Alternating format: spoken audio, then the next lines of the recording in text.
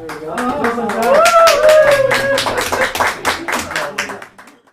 Ed Munoz. If anybody, I need to introduce myself. I'm going to do the talk on the inverters. So tonight we'll size inverters, decide how big of an inverter you'll need for what you're operating. So inverters, you can find pure sine wave inverters. We're going to go over that first.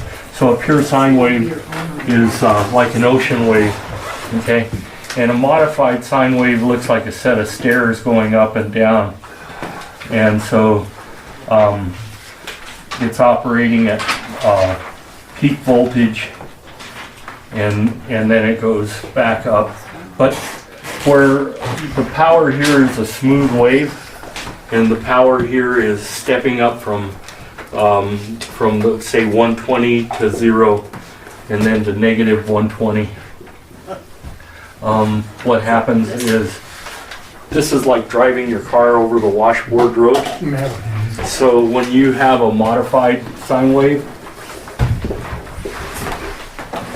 okay, then you have an inverter that's a little lower tech. There's a lot of things that can operate on it, and it doesn't matter. Light bulbs, for instance, makes no difference whether you use a pure sine wave or a modified. I have to interrupt, Eddie. I think a lot of people here don't even know what an inverter is. Okay, I think you got to start from that. Anybody not know what an inverter is? Okay, so the inverter takes DC power being produced by a battery or being produced by a solar panel, and it alters it from being a straight push of a certain power into one that's operating at 120 AC. So it changes DC into AC. The way it does is it can pulse in a series of stairs, or a good inverter, the higher quality inverters, will make the same wave as the power that's coming in on the line from the power company. In fact, a lot of the pure sine wave inverters, the quality of the wave is higher than what you would get on over the power lines. And so, reason being, you have people starting big motors, loads are changing all the time, so you have fluctuations in voltage. It distorts the line over a period of time. Where if you're pulling from your inverter going into your power system in the house, or running a cord into the inverter, you're getting the actual synthesized wave in its purest form. No room for distortion. It runs through. In fact, you'll find that people that are running sensitive electronics run them through an inverter a lot of times with a transfer switch. The transfer switch, if the power drops out, it'll switch over to a battery bank. But what they're doing too is they're still running it through the inverter for the one reason. It goes to a charger, battery charger, charges the battery, comes out of the inverter. You have a better wave. So if you have sensitive electronics, all of a sudden you can have a perfect sine wave going to your electronics. So you'll see that in industrial uses. You'll see inverters on their computers, or battery backup systems usually have a pure sine wave inverter on there. Any questions on? Is that what you plug into, like if I'm charging my phone or something like that? Right. And so that one has 3 110 plugs on it. You might want to just come up and grab it or pass it back to them. And it has 2 lugs on the rear, a positive and negative for the battery system. Okay. So your battery systems come in 12, 24, 48. I've even seen 60 volt systems. Hard to find inverters at 60 volt. Lots of inverters at 12 volt. Okay, simple to install. Your positive and your negative wires, they're marked where they go from your leads on your battery. The positive goes to the positive on the inverter. The negative goes to the negative. However, if you're using a 48 volt or a 24 volt, then you have to build a 24 or 48 volt battery. It can be built from 6 volt or 12 volt batteries. I'm going to just go over a 24. If you had 2 12 volt batteries, and these are your positives, and these are your negatives. So you jump the positive across to the negative from one battery to the other. you take your negative, it goes around to the inverter. The positive comes down and goes directly to the inverter. These go on your inverter lugs. So what you've created is actually one battery, technically. A 6 volt battery has half the number of plates that a 12 volt battery is. They're all hooked up in series. When you connect a positive to a negative on a DC, you're going series. So this is now these are 12 volt, these are 12 volt batteries. And this is a 24 volt output. If you were to take a test meter and test from here to here, you're still going to get 12 volts out of that across the two batteries. It's when you connect to here that you actually get the 24 volts out of it. Ed, a quick question, Ed. Is there ever a situation where you would run the batteries in series? Running? That's series, in parallel. So there's another option for Right, there's parallel. Right, parallel. So if you have a 12 volt system and you have, I'm just going to make the circles this time, and you have 4 12 volt batteries and you lay them out in the same configuration,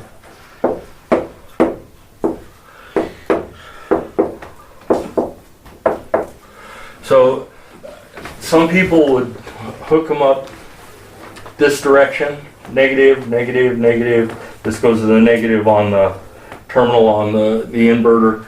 Positive, positive. So the same thing. Okay. This is one way of hooking up. It's not the best way of hooking up because the way the electrons have to travel, it's better to hook them all into one block.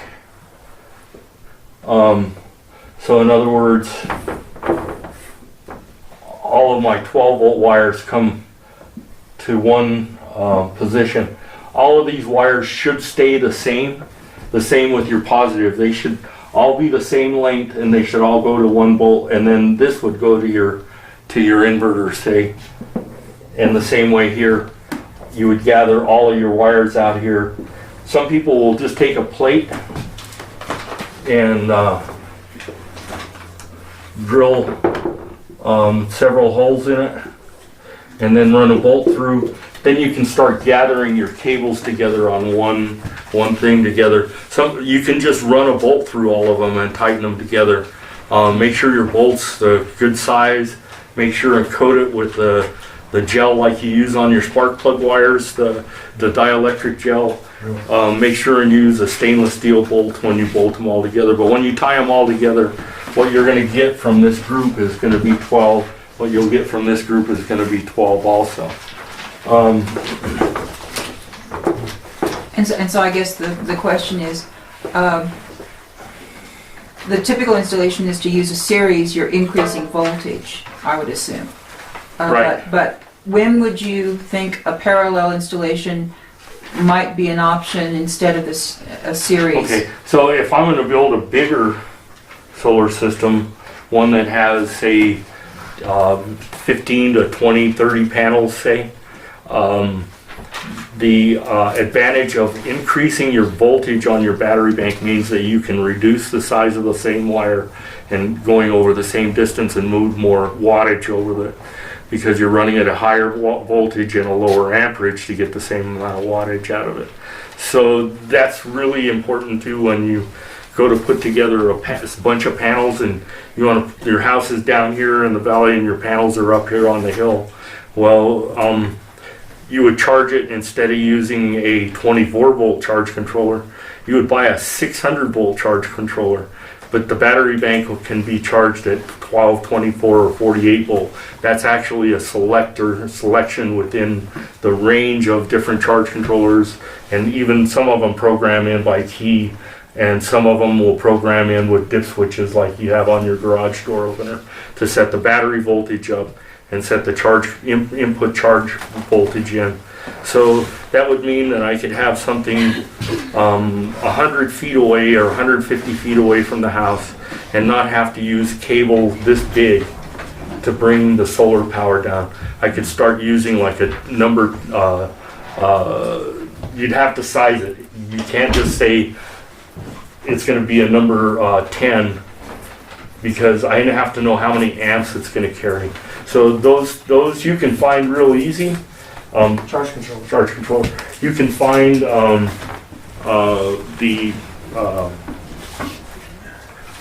voltages, what you're going to need on wire. Go to Southwire. Write this down if you guys don't have, if you have an app on your phone, southwire.com, and get their voltage drop calculator on your.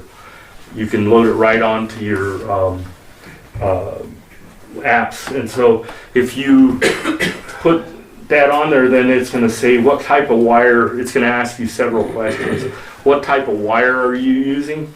And then you'll have two choices, copper or aluminum. And that's because the resistance of the two, there's a difference, and so it has an allowance for. Next thing it's going to ask you is how many feet is the run, okay? And so it's 300 feet, say it's copper wire. How many amps do you want at the end of the run? So if I say I need 100 amps on my house at the end of the run, then that's what I have to put in. But when you're figuring solar, you're only figuring certain parts of the solar. So if you guys need help with that, you can probably get in touch with me through Gallup Solar if you have a question, or get my number tonight. What I can do is help you with your voltage drop calculations on each step. AC power is different than DC power. DC power has to have fine stranded wire.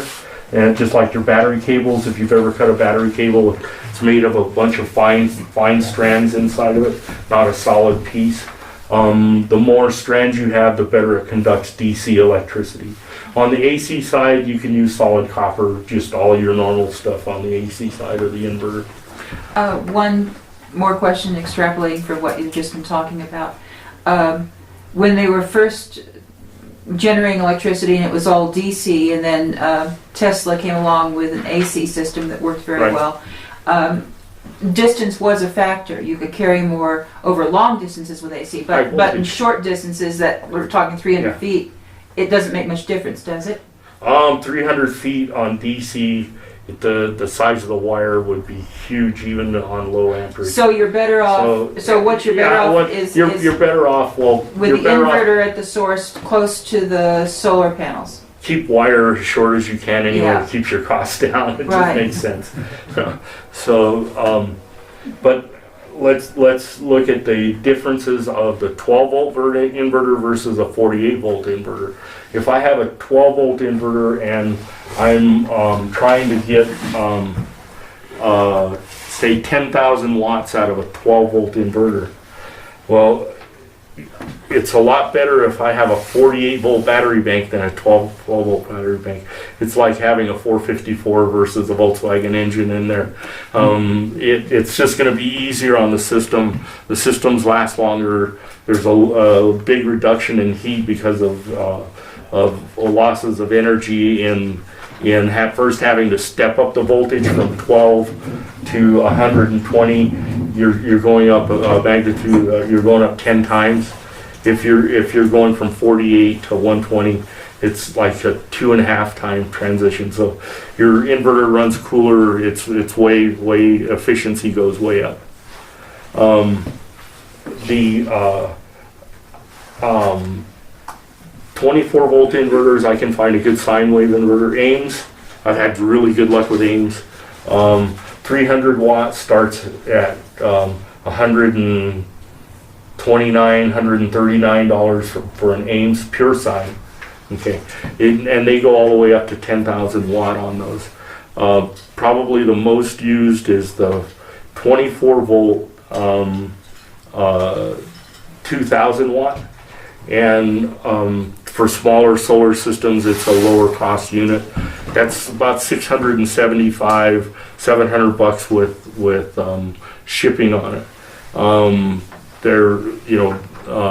The next step up would be to go to Midnite Solar, which they're all going to be in the same size ranges. They'll all make 12 volt, 24, 48 volt. They'll all make different size inverters from 1,000 watt to 10,000 watt. And they have a big range in prices. So the next step up is like Midnite Solar. They make a pretty good batch of stuff. It's possibly a step up. It has more options on its inverter than you would get with an Ames inverter, as far as being able to get more data from the inverter itself. The next step up would be like an Outback, which is getting up to top of the line stuff. You're looking at things that should last 15, 20 years with really minimal service, and could last 35 or 40 years because they're actually built to change components within the unit.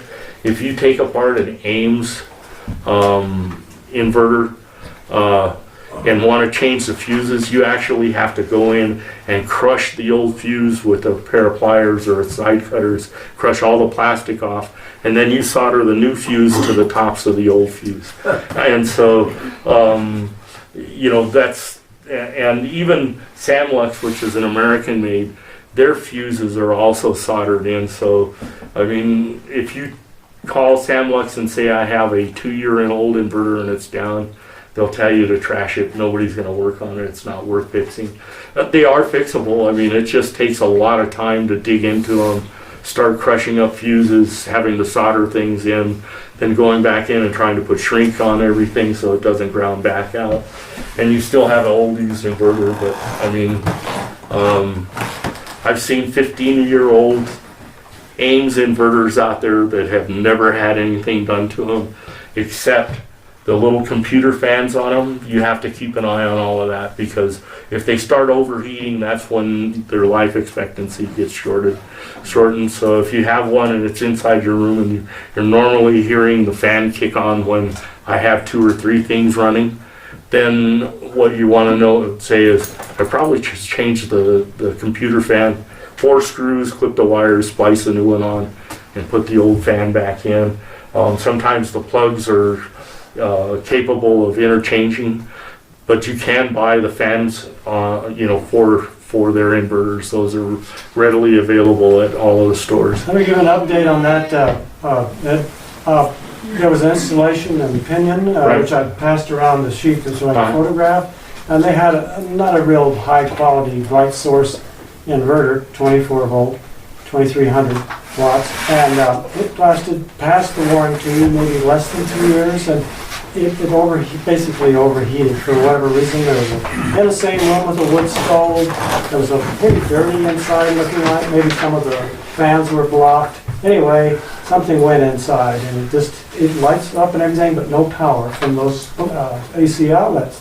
So we called the company, and even though it was out of warranty, they agreed to fix it for $75. It's a $250 inverter. We'll fix it, repair it, get it open, and repair it for $75. Ship it back to us. So we sent it to the company, and we're getting it back to Pinion to hook back up. So, some of these things, at least you can negotiate a repair and not have to buy a whole other $250. Yeah. And if you're going to buy a low-cost inverter from, say, Amazon or someplace, it might be worth spending the extra $35 for an extra 2 years on the warranty or something. I mean, that's up to you. Definitely Ames. I've seen, like I said, I've seen some Ames out there that, how old? I think it's like 10 years old, and then you look at the nameplate on the deal and you start looking at the model number. No, this is like 18 years old. So, I mean, they're not a bad brand. They're kind of like an old Willys Jeep that you can keep fixing and it just keeps running. You can find fixes on YouTube for small problems with them. And the parts aren't that bad to change. So let's talk about. Go ahead. What can you talk about the limitations of an inverter? I'm thinking about there's certain amperage outputs or certain wattage outputs that can it ruin a tool that's not meant to run off of like a drill log that's supposed to run off of something else. So usually with an inverter, it's not like the it's not like the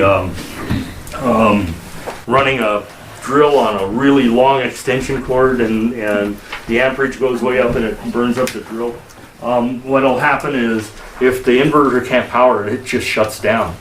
The inverter itself shuts down. The inverter itself. A fuse or? Actually a microprocessor in there, and then what it does is it'll shut down for 60 seconds and try the load again, and if the load still won't let it, it'll try it. Some of them will try it 3-4 times and then just turn off until you But reset. it won't damage the tool. No, not normally. I mean, if it just doesn't have enough oomph, it just won't push it. What about a battery? Like if I had an electric bike battery that I was plugging in, and it went out. Uh-huh. I don't know if it had something to do with that system. I had a photovoltaic on my shed and running into a 12-volt battery and a charge controller, and then To electric, then a little inverter and then to the hub motor, yeah, And then or to- the battery bank. So what I see with electric bikes on lead acid batteries is that you plunge them down frequently all the way to dead, and so those batteries give up fairly quickly. it was a lithium. It's a lithium. I have lithium on 2 of my electric bikes, and I got about 3 years use out of them, but when they drop, they just quit. So I would check the output on the inverter. If you're not getting any output off the inverter, then the next step back would be check the battery voltage. If the battery voltage is probably lower than 12 volts, if it's 11.8, then the inverter can't push any power into it. So that you are down to 2 points when you troubleshoot that. I either have a bad battery or I'm not getting enough juice from the panels. You put your leads into the panel leads, check those. If you have your leads backwards, it won't make any difference on a digital meter. It'll just throw a negative voltage on it. And so But an inverter with a low output won't damage the battery. no. It just, if it can't power what it's running, they all shut down. They'll start beeping at you. Some of them will keep. I mean, eventually they'll just wear themselves out trying to restart because they don't have like a algorithm that says after the 4th time, forget it. Make them turn the switch on and back off before it does it. So we can look at loads. That's leads right into that. Is the loads on your say a refrigerator. Let's call that. They operate between 1,200 and 1,500 watts on the bigger ones. That's the wattage that they're drawing on based on 1 hour's operation. Now, a refrigerator actually only uses about 55 watts an hour, 60 watts an hour, an old one around 110 watts an hour. The new ones are running about 55 watts per hour. But when you have a microwave, and it's a 1,200 watt microwave, and you have a 1,200 watt refrigerator operating, you need 2,400 watts just to power the microwave and the refrigerator. Now, if you have the old style light bulbs, and let's say you have 10 light bulbs that are 100 watts, you'd add another 1,000 watts to this. So having 10 light bulbs, the microwave, and the refrigerator all operating at the same time.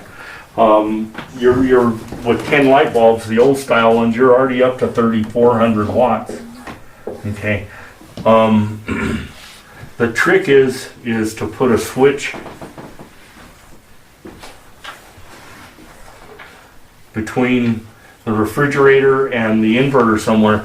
And so if I'm going to use a microwave, I can turn my refrigerator off for a few minutes while I use the microwave and then just turn it back on, as long as you remember to do that. That'll keep the inverter size down. A 2,000 watt inverter is going to run you about $700 on an Ames by the time you get, all the bells and whistles that you should get with it and cables.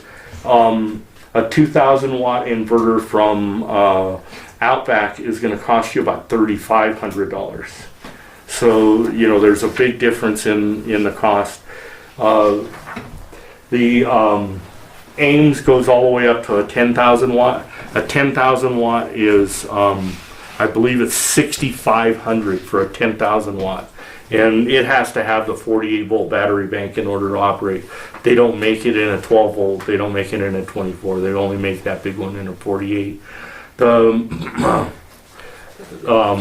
Outback is a 3,500 is the largest that they make.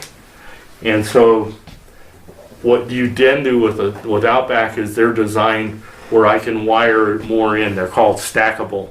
You can daisy chain them in electrically and stack an infinite number of inverters and bring the power output to what you want. It can be programmed to run 308, and so you can run factories on solar.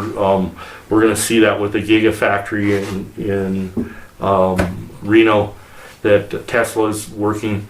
They're pretty much going to be running on what they make for the beginning. Once they get to full operation, they're going to need a way bigger array.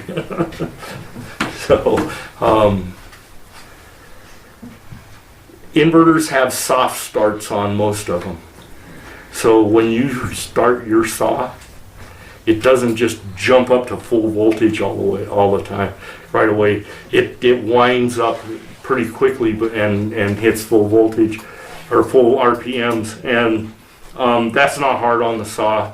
It's not hard on a motor, say on your well, because you hear it start a little slower and it just builds up RPM. It's the way that's called soft start mechanism instead of a hard start. Now you can get hard start if you have a lot of capacity. If you have a capacity start motor on it, you should get one that will hit full voltage right from where you hit the switch. But if you're living off grid and you order your well and your pressure pump on your pressure tank, if you order it with to run on a soft start, you can get that.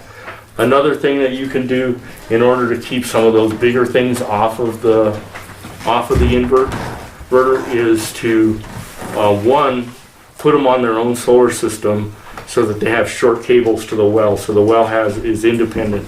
You'll always have water because you didn't use the electricity to play Xbox, so it's independent. It saves you, by the time you start running wire out there and everything, the cost goes way up. The part that you should use to capitalize on it would be to use a DC motor. So then I don't have an inverter to fail. It's not something that'll fail in the loop. We see people do that with refrigerators now. They put the refrigerator on its own battery bank, its own solar power, and it's independent, so you know that the kids aren't going to be using up you want to keep the icebox cold. You don't want it running out of juice. And small systems like that are actually very cost effective. I can find a 1200 watt inverter for like $159. That's pure sine wave. And it's an Ames, and so it's an industrial Ames that they use that has a transfer switch built into it. So you can build one for your TV, one for your refrigerator, and a separate system for your lights, and have 3 independent systems. The parts are going to be lower cost as you're not going to start reaching into high voltage, high tech. At that point, you can work at 24 volt. I wouldn't suggest going at 12 volt. There's a lot of complications, wire sizes, harder on the inverter, loss of efficiency. So 24 volt for the homeowner that's going to build their own unit, go with a 24 volt system. Okay. Remember that there are such a thing as DC TVs. There are such a thing as DC motors. There are such a thing as DC lights. So you can build a system that doesn't even have inverters in it. Okay. You can. The thing is make sure you size your wire, because long distances with DC can eat it up. If you're in a small Hogan or something like that, you could do a complete DC system. You can buy a 24-inch 12 volt DC or 24 volt DC TV right at Walmart. You have to order it from the desk, but they have a nice 24 inch that has a VCR built into it. The DC lights, all of these RVs and all that fancy stuff, you can buy as fancy a light as you want. You just have to buy it based on an RV, and it's going to be 12 volt. Well, the 12 volt LED lights, super efficient. You can go to AutoZone and use one of those 12 volt light bulb bars inside the Hogan, and you'll have more light than you need.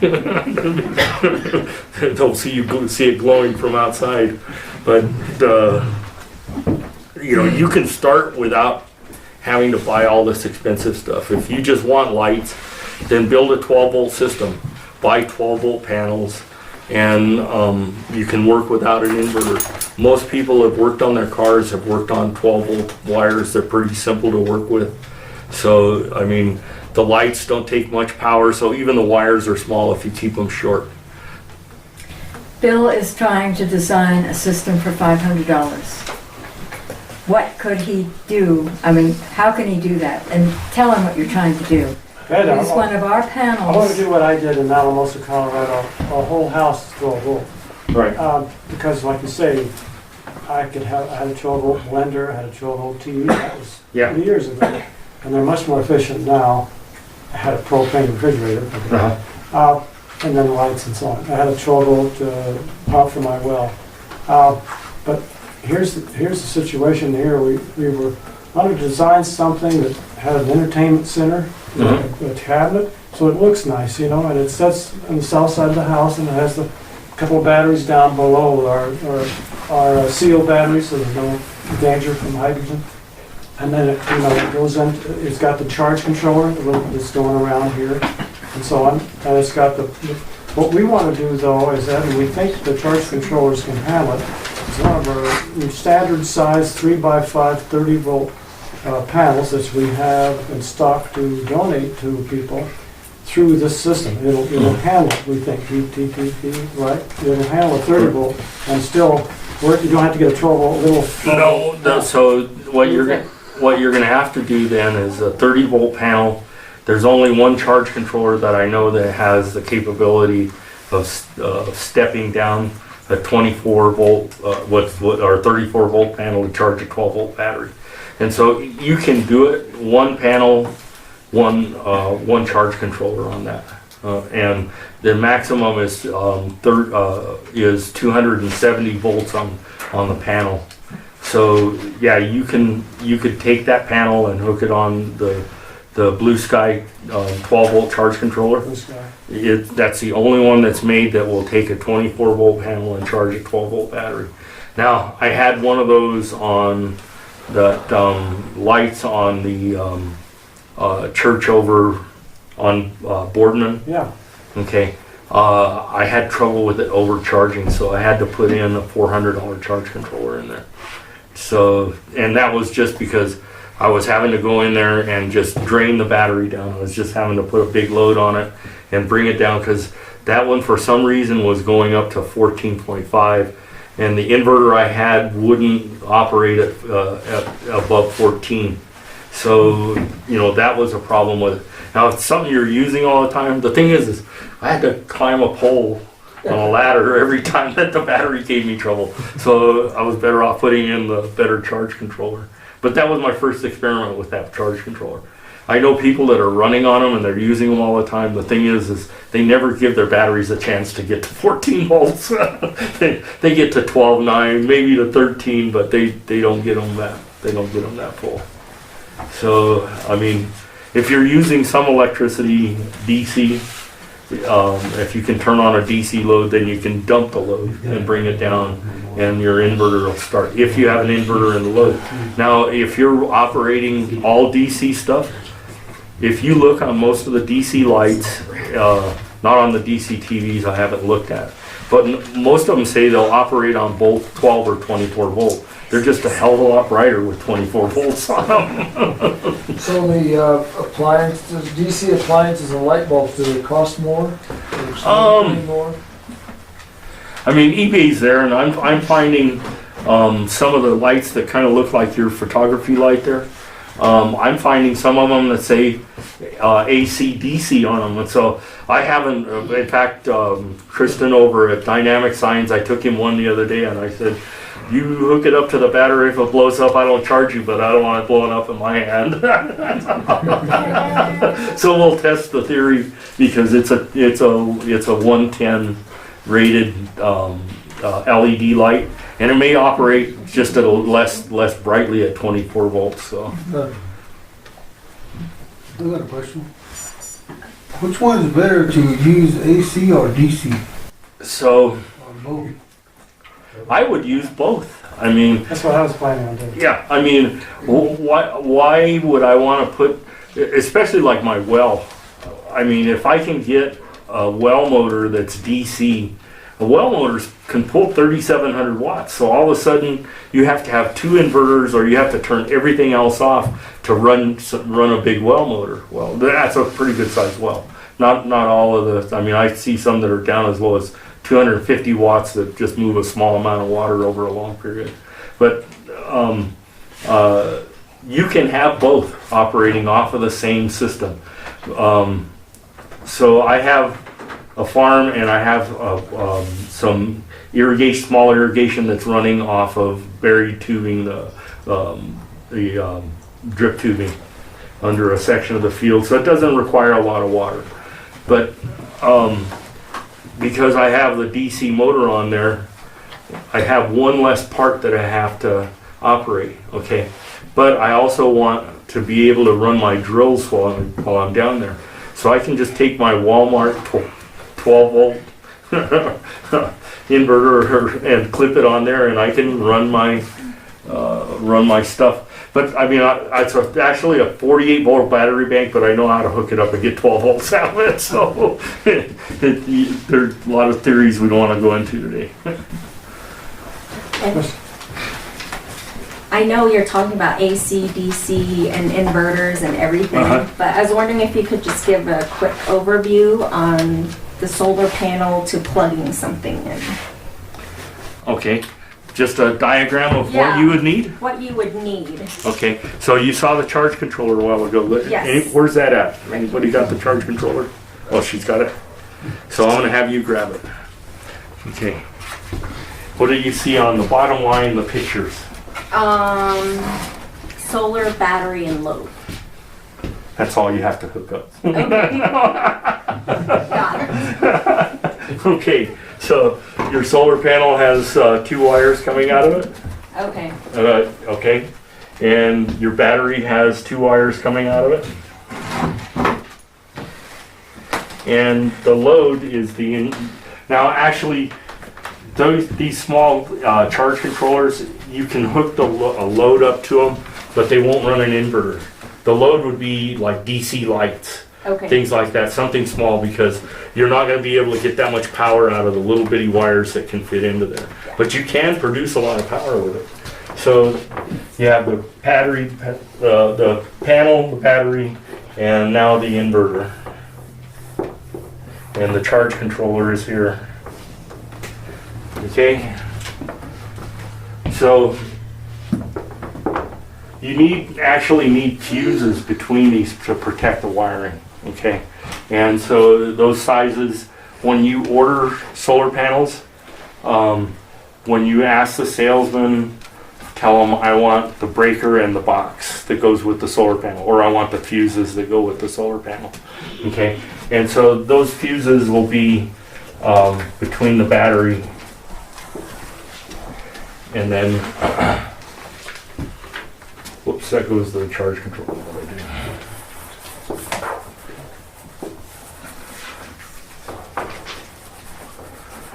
So this is the charge controller.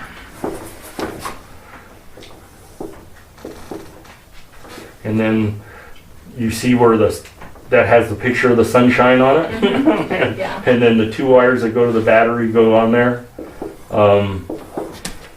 And then your inverter comes from your battery to your inverter, because you want to use larger cables on it.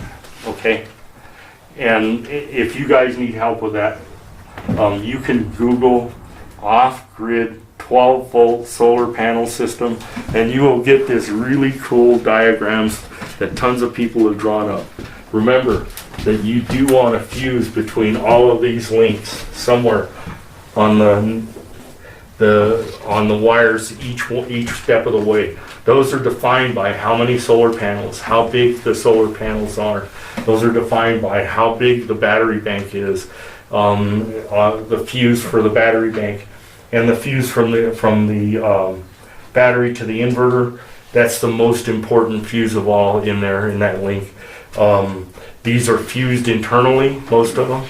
But I mean, you can add an external fuse. If you add an external fuse, fuse it down 5 or 10 amps, because if you pull close to your limit, it'll trip. You'll know that you're getting close to the limit. If you go above your limit of what the inverter can handle, then I mean, there's no protection there at all. Okay, from your inverter, you have. On a 110 system, you have 3 wires just like you do in anything else. White, green, and red or black. And so all of those connections are very similar. A lot of them you're going to see, everybody's seen out on the reservation, the generator with the three-prong cord, and then they hooked it right into the breaker panel. You can do that the same way too. I mean, the thing that you have to do is make sure and size the breaker so that you protect the wiring in the house. So if you have a 20 amp breaker, that's going to be about 2,400 watts for a 20 amp breaker. If you're going to go a bigger inverter, then you're going to have to put in a 2nd amp breaker or a larger, depending on the amount of power it has. If there's already a 20 amp breaker in there, you just hook it up and it'll backfeed. It's better to go into this right into the bars and connect it the way you're supposed to. Bring it in, not do it through an extension cord. But I'm just saying that's what you see on the generators all the time. It works. It's safe if it's going through a 20 amp breaker. That wire is protected, because if it's going through there, it's probably only rated at 20 amp on the wire. So the breakers and fuses are not there to prevent electric shock. They're there to keep the wire from catching on fire. So is that whole system, is that inside of one of these too? that's probably a straight DC. So let's take a look at this. So this has a single cell in it. So a single cell is like a battery. How much does a AAA battery give you? 1.5 volts, right? If you check it on the top of the bottom. A single square on a solar panel, if you were to take out that single square and test it on the test meter, it's going to give you 1.5 volts. So they're hooked in series, and and so you'll have a set. One row is hooked up, and that row will add up to an operating at 24 volts, 30 volts on an open circuit voltage. The reason you see 30 volts on a panel is the pressure builds up. So, and it can only hold so much pressure. When you open the switch up and you start running it into the battery, then the voltage will drop. I mean, if the battery bank is down at 19 volts and it's a 24 volt, then what you're going to read is going to be 19 volts. But as the battery fills up, you're going to get closer and closer to the 30 volt mark. And a 24 volt battery bank, fully charged, a lot of them are 30 volts. That's their fully charged level on the batteries. Just like your 12 volt battery in your car, when you look when it's running on the gauge, it says 14 volts. I mean, anybody else see that number on the old gauges? Well, that's full on a battery. Empty is about 11.8. And so the panels, they say 34 volt, they're a 24 volt panel, okay? If they say 17 volt, they're actually a 12 volt panel. And if they don't have a charge controller, a 24 volt or 12 volt panel will overcharge a battery. 17 volts is too high for a 12 volt battery. Eddie, I know I keep it on. maybe since you've done an hour of teaching, you should let people ask you specific questions, because some people just came here Sure. not really to hear you, even though it's so great. They may just have a specific question about going solar themselves. Okay. So should we just Sure. go around? I have no questions. I'm learning. And so, do you guys have electricity right now? Okay. So and where you want to put the solar, is there electricity? It's hooked up to get electricity, like you were saying, the generator. The house has is a there. can- Yeah. No, I'm saying is the power lines coming from the, so, yeah. So off-grid Yeah. is where you're at. And grid tied is a different approach. Yeah. Yeah. A lot less expensive to do grid tied. The reward for not putting in wires is you don't have to look at the wires going across your field. And you can pay off your solar system at some point. You'll never pay the bill off from the electric company though. They planned it that way. There's some new people here too. Go ahead. Yeah, I got a question. My mother has a solar panel, Uh-huh. just like that board right there. That's Right. twice as big. Uh-huh. But the thing is, I don't know how to work on it. All the voltage. Okay, lucky they have a handy prop over here. So, you have a multimeter, an electric meter to test for power? No, Okay, so that's the first thing you need to get if you're gonna work on solar, because you've gotta be able to tell your positive from your negative, and you've gotta know what your operating voltages are, and so when you get the meter, get a digital meter, because the old analog with the needles, if you try to go negative, it won't tell you that your wires are reversed. But if I put the leads in here and turn the meter to the voltage that it's rated at DC, then what's going to happen is if I have the negative in the positive wire, then I'm going to see a negative reading and have a minus sign in front of it. So at that point I can tape off the one that I know is red. So when I can do that, once I know the voltage that it's operating at, I can look at and see if the panel is good. Okay. When I put those meters, the meter leads in here and set it to the proper voltage, and I point it towards the sun, it's supposed to get to 30 volts. It'll be maybe 29.98 or 30 volts, and newer panels will sometimes be 31 or 32 volts. They're actually putting out higher than their rating, so they can pad their long-term warranties on output production. Because they lower the bar, and then they have a lower bar at the end. So, okay. So once you know what this is, as far as the voltage, remember that if it's rated all the way up to 21 volts, it's a 12 volt panel. So you need a 12 volt charge controller, 12 volt batteries, and a 12 volt inverter at that point. Okay. does it matter on the battery size?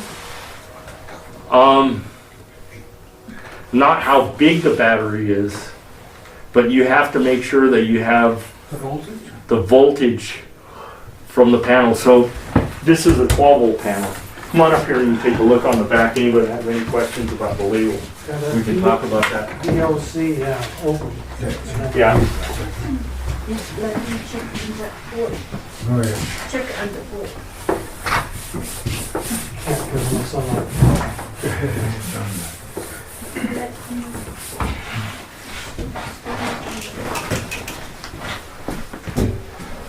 So this panel, I believe, is around 21 volts. Is its open circuit rating. That means facing the sun and the wires aren't hooked to anything. So it's gonna, if you tested this, it's gonna test at its highest rating, and that's an open circuit voltage. Closed means that there's power flowing, going somewhere. Okay. So the 36 volt panels is what you'll see that high, the VOC.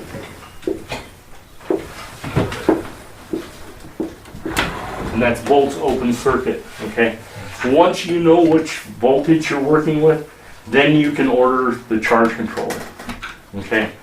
The charge controllers, there's the higher the amperage, the more amps you can put through it. So if this is hooked up, these are all hooked parallel, and in parallel my amps add.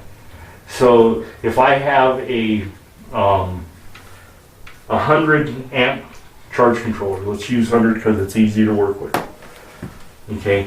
And each of my panels are putting out 10 amps and they're hooked in parallel. Then I can put 10 panels on there and get to 100. But there's some other numbers that are in there that you have to watch for. Is that at sub-zero temperatures in bright sunshine, facing on a cold day, these are semiconductors. The colder it gets, the more power they conduct. Then you add the reflection from the snow and the the low temperature added to that. You're at 150% of what this panel is rated for in the wattage. The voltage didn't go up, the amperage went up, and so then did the wattage. So you can take the amperage and multiply it times 1.56, 156%, and that looks at, then you start looking at your top. Those are some numbers that are a little harder to figure. If you're gonna just do 1 or 2 panels, pretty simple. You can ask the guy on the phone, sell me a good charge controller. I'm gonna go with 2 panels and I'm gonna hook them up parallel. Or they may have a kit that they can put together, panel and charge controller. If you not going with AC, don't let them sell you an inverter. If you're staying with 12 volt, you can get a small inverter from Home Depot or someplace just to operate a few tools and still operate most of your stuff off of DC. Hard to find a DC refrigerator that's good, of a low price. They're just not in mass production. So it's better to go with the AC. I've looked at some of the DCs that they're shipping. They're actually medical refrigerators that they're using in third world. They're a little bigger than a bar, is over $1,000 for one of those. So, by the time you buy an inverter, you might as well have the full size freezer. They don't have those in RVs though? Those operate on two types, on both propane and electricity. And one of those small ones, I went to replace mine in my motorhome. They wanted $2,700 for the refrigerator. What we're recommending out here with this new mid-size system we talked about earlier is the device that is like a chest, small chest. A chest works better because the cold doesn't flow out when you open the door, like ordinary refrigerator, the cold flow. But they open from the top, but it's only about so big. See, and because the issue out here in a lot of our areas is people are getting medications from IHS that need to be refrigerated, so they're important. People are buying ice and all kinds of stuff, trying to keep that stuff from spoiling. It's important, medicine that might have a real problem. So we're suggesting these cases, they're DC, and you just open from the top, and you just put a few important things and medications and things in there, not a bunch of soda pop and stuff, stuff you don't need anyway. You know what I mean? And it can be run on DC. You run into all kinds of strategies for living off the grid, and I know this now. A guy lives out by Bull Canyon, and he has solar panels charging his battery bank, but he has a few extra batteries around that he runs other stuff on. And if sometimes he'll charge them with his solar panel, but sometimes he knows he's going to need extra power. He actually ran extra leads in his truck so he can charge 4 extra batteries on his way to town. So it's all about strategy. I know people that will, and I preach this because it works, is maybe not now with as warm as it's been, but in really cold periods during the year, you can take a plastic milk jug full of water. People will add a lot of salt to it so it doesn't go bad. Throw it on your back porch overnight. It gets down to 10 degrees. You put a couple of those in your fridge, your refrigerator doesn't run all day because the ice is keeping it cold. So there's strategies for living off grid. the reason that ice jug is kind of important is that those short days in December and January, people run out of the power all the time. I have several of them that say, in the morning I really have to watch it, or or I'm going to run out of power. But I mean, if they do that with the refrigerator, then the refrigerator isn't running at all. It's just it's an ice box. This is a good time to plug. Gallup Solar is not a retail, not in business, and we're not supposed to compete with anybody. But we don't really have any solar companies here, outside of Santa Fe and Albuquerque. So we're permitted by our board, and thanks to Ed, to get wholesale accounts for you. All these are wholesale. These are half the price of what you pay online for these things. And we can do so with some good batteries from Continental. So it's a brand name, you may have heard of it.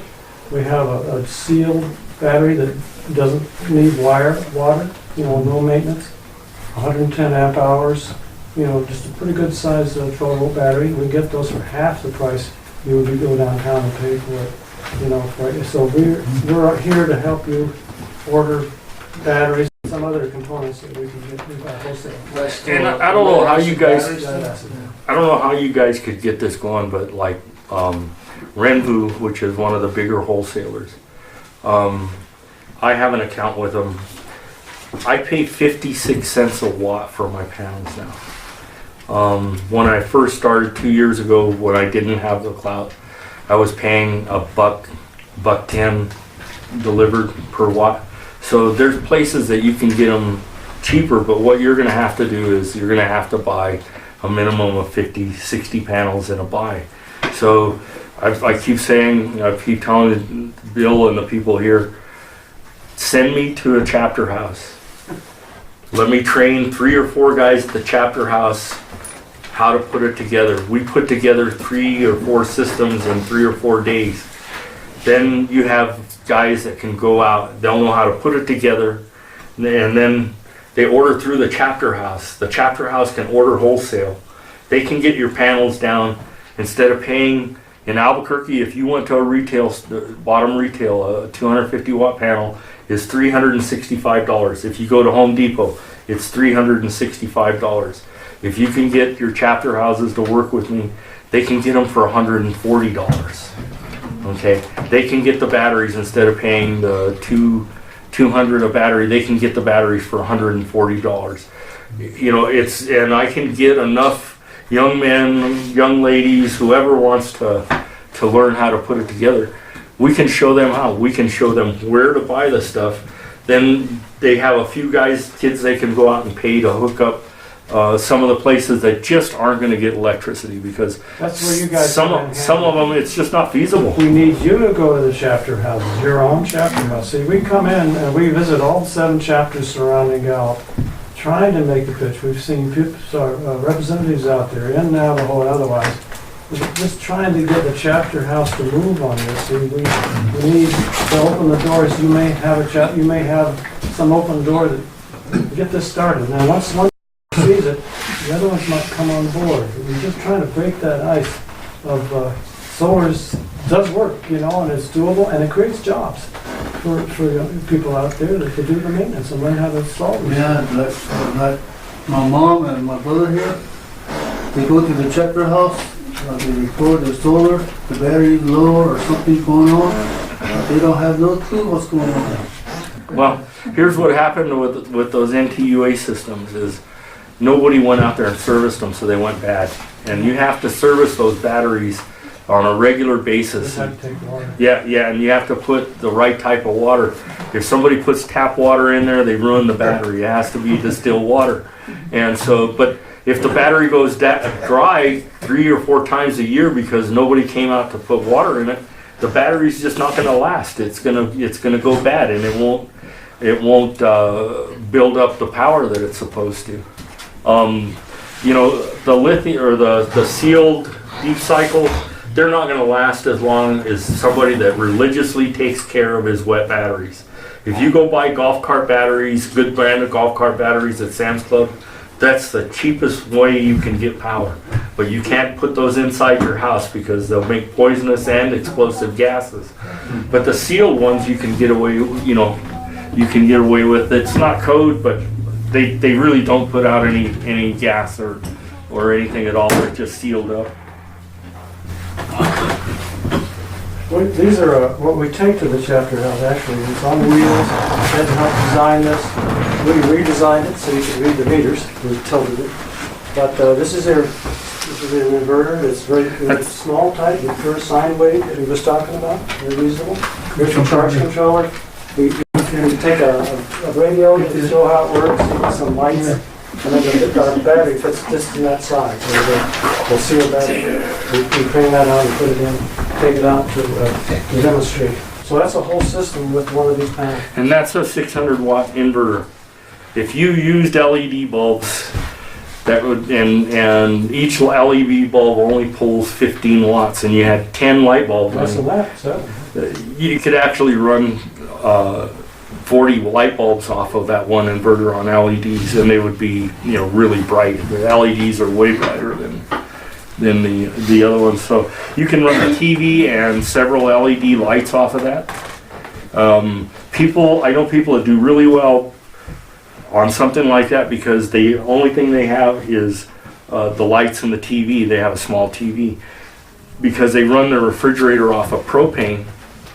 They don't have to have build all the big solar to operate the refrigerator. So, I mean, if you want to get by simple, and this right here is about $500 worth of parts with a panel, the charge controller, the battery, and all the wires. It's under $500, and you could add up to 4 panels of the 100 watts on there. With that same system. With that same system, okay. Some of these other systems we're talking about, you can get 2, 3, 4, 500 panels onto it. The trick is knowing how to marry up equipment and how to stack it to get to the goals you want electrically. So, but this is a simple, really dependable system that can put up to 4 100 watt panels on it. So real quick, when you bring that into the house, if you were, say you just wanted to run your lights off a small system, right? You set up like a branch out a sub panel. Sure. If you don't have electricity, you could take a male plug and plug it in here. And yeah, but say you're just living in a house with the conventional setup. You have your panel and your sub panel. Right. You just run that circuit. Like to that wire, to that breaker.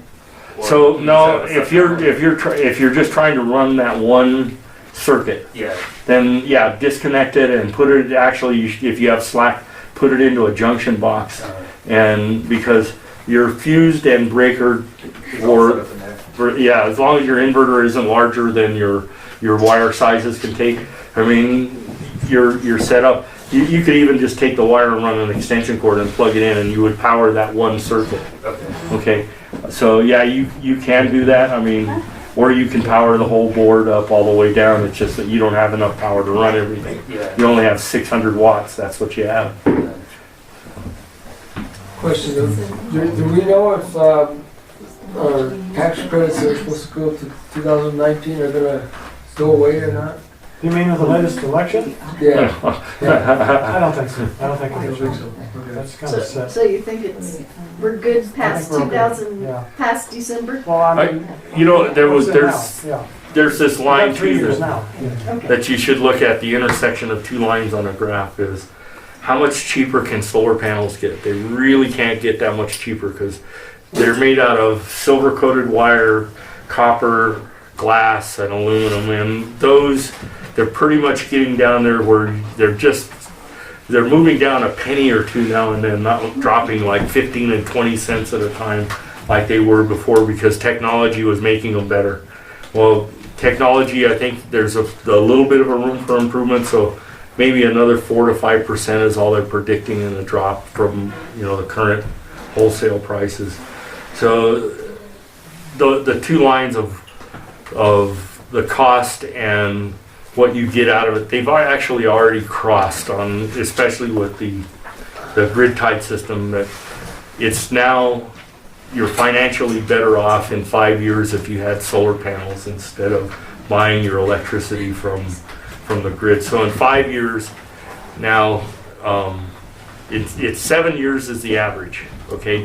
Because There you go. a lot of people, there's a lot of cost in other cities that are engaged. Some places it's cheaper to put solar in.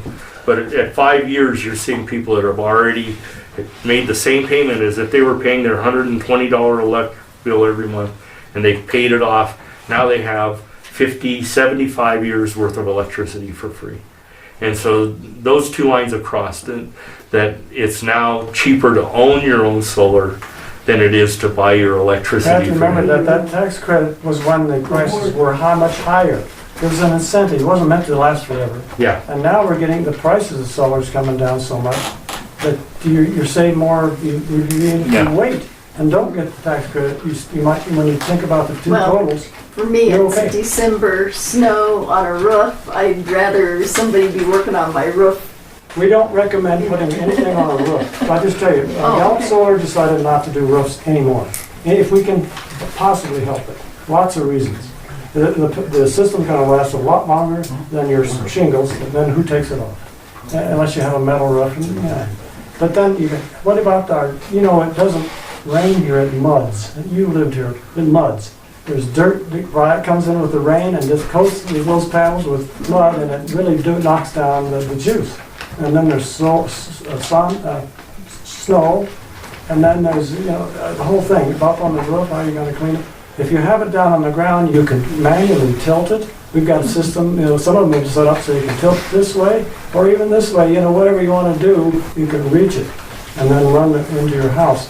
So basically, if you have any kind of solar exposure in the south side from the ground, we'd rather, I think, we should do that. We've got systems to do that. And I've always told people, I don't know what guy thinks it's a smart deal to drill a whole bunch of holes in his roof. It just doesn't make sense. There is a system for putting roofing on without any penetrations. Yeah, It's a standing seam, I guess they call If you it. have a Right. metal roof. Yeah, not a standing seam metal But it roof. has to be an Right. industrial stainless steel, steel roof, not Yeah. an ordinary wood. yeah, Yeah, right. yeah.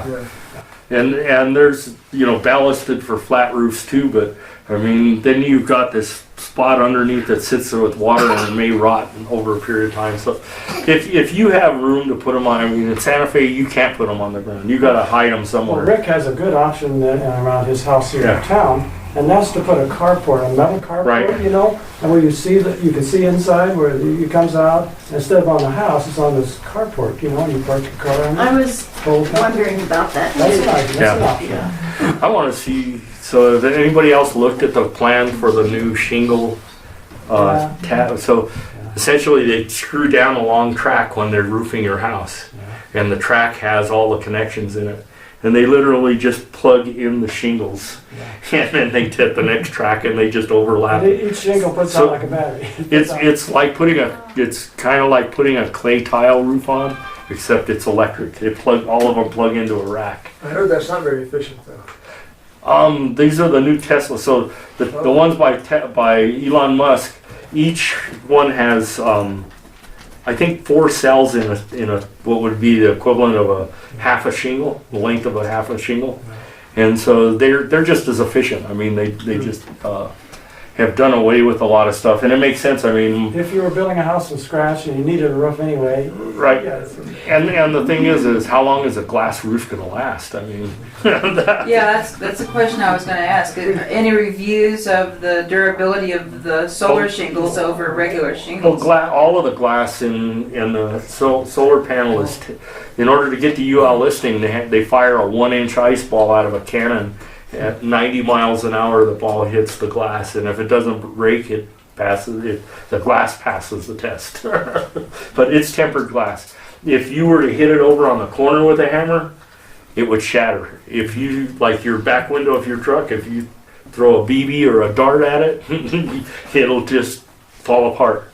But if you threw a baseball at it as hard as you could and you hit it in the middle, it wouldn't do anything to it. And so, but most of them are warranted on hail. The warranties cover hail and breakdown because of sun degradation. So the panels, when they're out of the box, will produce some of them 115 or 120% of what they're actually rated at. But at the end of 10 years, in order to get the tier 1 listing on them, they have to produce 90% of what they produced out of the box, so what they were rated for.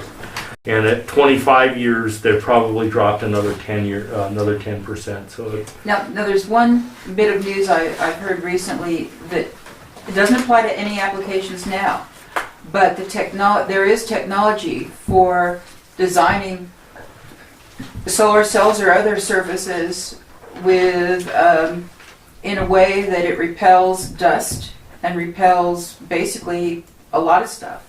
And if that proves viable, it was designed by NASA to reduce fines or dust on the moon and Mars from sticking to things. But that can be applied perhaps someday to make it easier to have these things in a place where maybe you can't get to them as often, but still not have to worry about, accumulation. I can wash a whole solar panel in about 10 seconds with a brush and water. It's not a big issue. It's not like if you are on Mars, you just can't go out there and wash your panels. Yeah, right. That's true. Here, anytime you get a little bit of snow, just like how your car hood looks so shiny and clean and it slides off, it does that every time the snow slides off. It cleans the panel up. So in the summer they can get a little dusty if you're not getting too much. It's always good to get up there with something that'll break down the oils that are in the air from all the burning of fuels and stuff like that. The waxes, they stick to glass just like in your house.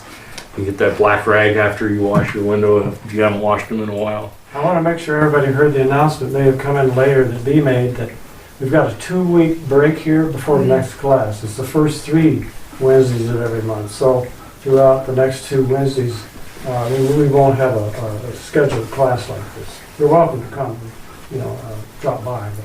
But not that. I think it's the last Wednesday we should talk about. Yeah. The first 3 Wednesdays of December and the first 3 Wednesdays of January. Good. And I think that pretty much ends the class. Well, next week we'll probably skip altogether, but the last week of the month, Wednesday, we're going to show a special video that we found online. It's about an hour long. We're going to project it. And it's really good news compared to everything else that's happening in the United States, because it's from Europe. And this futurist is talking about the 3 or 4 disruptive systems that are bound to win over every resistance of the system. And solar is one of them. Electric cars is another one. I'll give you some hints. And he predicts it as a futurist, looking at the economic reasons that this will just knock down any resistance to change in our systems. There's 4 things that are going to happen in the world. And he accepts America sometimes it is, but we'll have to catch up to it. But solar is one of the things that's just going to happen. You can't stop it. No matter what kind of political things that try to do it or whatever, it's just already spreading everywhere. It's right here in this room, and on a large scale in other countries. It's going to happen. It's going to take over how we get energy.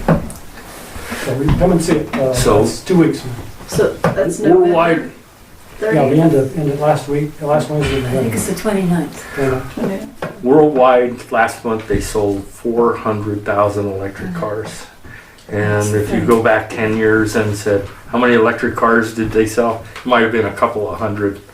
So the Tesla outsells the Corvette now almost every single month. The big step is going to come with the Chevy Bolt. Chevy has the ability to really produce, and Tesla could sell more cars, but they can't make more cars. That's the problem right now. But when Chevy gets in there, and they're going to have the BOLT, the Chevy Bolt. It's almost all Tesla's design on GM's frame. Tesla gave away all his patent rights, and GM took what he left out there and said, put it to work. So yeah, that's going to be a major change. There's a possibility that the electric car will make up 25% of people's transportation needs in 10 years. Now, not everybody's gonna own an electric car, but I'm gonna use my electric car instead of my gas car because I charge it with my solar panels. And so it's free for me to drive it every day. And my gasoline car, I'm probably still gonna have a gasoline car because I like to hear the boom boom. And so, the pickups are gonna be hard to replace. They're making electric pickups in Mexico as we speak, so it's better to come up here. But try to haul a load of hay from Aztec to Silver City. The numbers don't work. But let's face it, I mean, for people that live in town, a lot of them don't drive more than 4 to 5 miles a day or 10 miles a day. An electric car means that they could not buy any energy in a year with just a couple of solar panels to charge a small electric car, because you're not having to fill it up every day, you're just having to make It's a up little a few. expensive to have a Tesla, but you know, Gallup's not out of the loop. Right out here, east of town to one of the Hampton Inn, you notice those little stands that stick up, look like gas stations? That's free energy for any Tesla owner forever. You plug your car in there and it's a quick charge, 440 volts. And then, so if you had a Tesla in town, and you didn't have a solar system, whatever, just go over there for a few minutes and charge your car, no questions asked, for free. So not only no gas bill, but no electric bill. So it's happening. I have a question. I'm living off grid right now, and I need to set up a system that's gonna charge at least 2 computers, run probably a similar light system to this, and then 2 to 3 phones as well. Did you get one? I did get one of these. So, a total battery charge for one cell phone is 20 watts. 20 watts. Okay. That's what it's gonna run they actually run at 9 watts on the charging side. If you have a battery, one that charges in 20 minutes, then you're down to like 4 or 5 watts is all you've put into it. Okay. LED lights per hour, 15 watts is equivalent to an 85 watt light bulb. That's pretty bright. So you can add up the number of watts, total watts that you have, and then that tells you how much storage you need as far as battery. Multiply it times 3 for 3 days without sunshine. Then I can help you with your battery bank. Do you know anything about electrical theory, like Ohm's law? It's online. So anyway, You go to our website. One of the recorded sessions here about Ohm's law is on there. So anyway, you can get, and I have one in my truck, a plug that has 3 computer plugs on it, has 2 cigarette lighters on it, and so you can run that straight from your battery. A laptop is so light. I mean, so far you've told me I need a 100 watt panel and a charge controller and that little part right there. I don't need an inverter to charge a laptop. A lot of times you can get a cigarette lighter inverter to charge laptops if you want to keep your cost way down.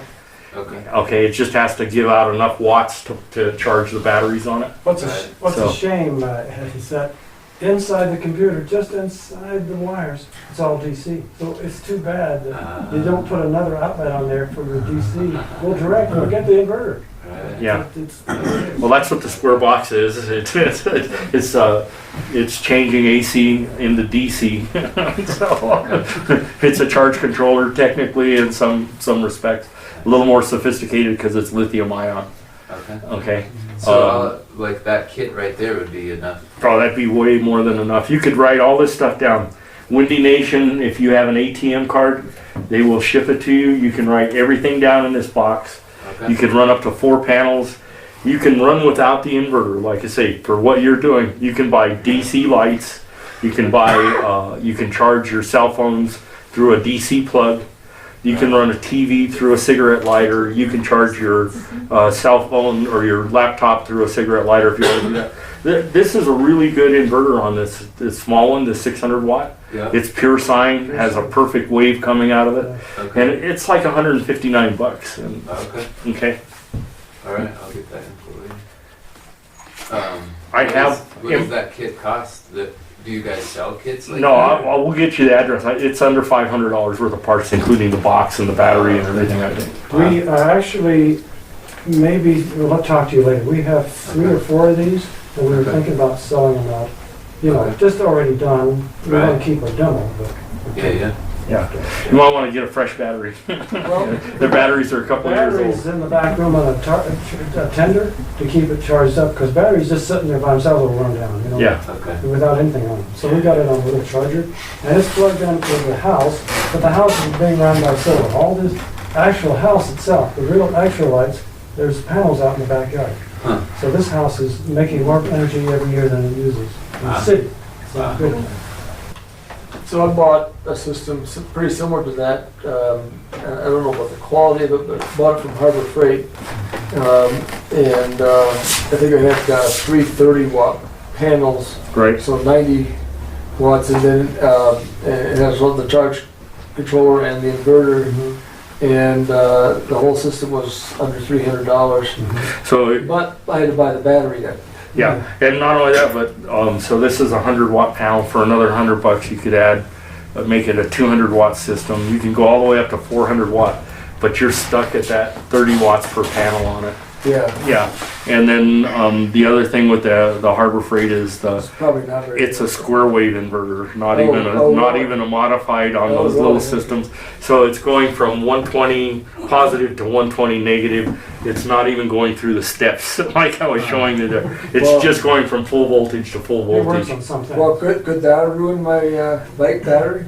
Oh yeah, it can mess up a lot of things. And then the charge controllers. I mean, there's if your charge controller malfunctions and doesn't shut down, it fries the battery. Okay, because it's just not shutting off, and it just Yeah. takes it up too high. So don't buy the Harbor Freight. They look big. I mean, I when you first see them, dang man, that's a big panel, and you realize, now that big panel, it only makes 30 watts. Yeah. Do you think we should let Eddie give him a big applause and then Thanks, Eddie. he must be pleased. I mean, we're so lucky to have him. He's the expert. He's done megawatt solar and milliwatt solar. I mean, Can you come next month? oh, and you sometime, also did Breaking Bad. Tell about that, just briefly. I'm an electrician, but I belong to the IBEW, but I also belong to the theatrical union. And when the theatrical union calls for electrician, they call the IBEW. So we get to work on pretty cool jobs lately in New Mexico. You know, if you get picked up. So did you wire any of the meth labs in Breaking Bad? No, actually, everything there runs on giant extension cords. I mean, extension cords that I'm getting too old to carry around anymore. Because I mean, some of them are this big around, and they're 50-foot cords, so they're spun in 2 pieces. 2 guys are dragging them, and you know, 2 young guys, okay. 2 old guys, they gotta stop several times. So, I mean, Can I ask you one more question? Is it okay, B? yeah. I'm not the boss. Pros and cons of panels that already have the microinverters in them? I'm pro with micro. I'm pro microinverter. It's so easy to install. Microinversion systems, if you already have electricity and you're just trying to get rid of the bill, that's the way to go. We need there's where we need some political change, because they really do have the homeowner locked out of being able to install a lot of this in a lot of areas where it's so easy to plug in. If you buy these pre-packaged kits now, they come with all the cable, all the connectors, all the bolts, all the nuts, you know, ground mounted, the whole thing, and everything is in modular plugs. So you're not wiring anything anymore. You're just connecting them on those. If they would to, Farmington allows you to do everything except install the final breaker inside of the panel. Okay, that's the only thing they won't let you touch on a solar system. So that means that I could build a 6,000 watt solar system probably for, I would say, $1.25 a watt now. And that's every last nut and bolt sold in a package. So it's for $6,500. If you had any of the installers in Albuquerque do it. And if they came to Gallup first, there's a $1,500 charge just to make the trip charge. And then you would have paid $12,000 for the equipment package plus labor. Another, so the system probably $18,000. You should be able to do it for about $6,000, so about a third the cost if they'll free it up. But I mean, the tighter they keep the lid on it, the fewer people that install that. And So those panels only work with intertie, not with batteries? yeah, microinverters right now. Now there is the AC battery, and there is talk that they're going to make an off-grid microinversion system. It doesn't make a lot of sense because what happens is you have a microinverter converting to AC, and then you're having to charge a DC battery, so you have another inverter built into each of the batteries.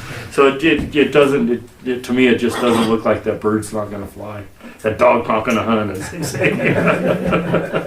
But I think these shingles are going to be in new construction. It's going to be the way to go because, I mean, here all of a sudden you have a roof that has an unlimited life because glass doesn't rot. I mean, and that's the surface. The electrical system may go out or quit producing, but the actual glass, the roof will be, It kind of makes me wonder if only half the roof's going to work because it's facing south. I mean, I don't get it. Oh, yeah. No, they just Did they just do a dummy on the other side? Well, just like your microinverters, you can throw a sheet of cardboard over one panel, all the other ones don't stop, everything else I still mean, why works. would you pay extra for ones that don't get any sunlight? Well, I mean, if you don't have to put them on the side that you can't Yeah, I get just on. have to get something that looks like it, but not. Yeah, I mean, glass shingles without the solar panel in it. But they made you just as cheap with the panel in it. I mean, it's like, who knows? Maybe. Because we got to be able to let people wash those panels because robots are going to make it all pretty soon. I'm teaching plasma cam at UNM if anybody wants to take a CNC plasma course in February and wants to cut out artwork out of metal or UNM make here? parts. What? Here in Gallup? Yeah. Yeah. Wow. So I have 6-hour plasma cam seminars, and you'll have access to the plasma cam if you want to make your sign for a business, or if you want to do a fancy gate with a couple of elk fighting or something. You'll buy the metal. You'll be able to do it in class. Do you have cards with you? You were talking about giving out your No. phone number. I've got the 2 phone numbers. Do you have one in particular better than the other for general public? I've got Just the 307 number now. 30. Yeah. Is there information on that cutting glass online or something? It'll be on the catalog. It's a non-credit course. It's probably in the All right. Gallup Journal. I'm teaching to the high school and college students just some basic skills, and they've been able to do quite a bit of stuff. We're seeing some pretty neat artwork coming out of it already. Cool. So, Sweet. but it's not cheap, $290 because it's the software is pretty pricey on it. There's a $500 software package. We're trying to get it set up where you guys can buy it for $99 if you want to own the software. Okay. If not, you can come up and use the lab at the school and do your drafting there.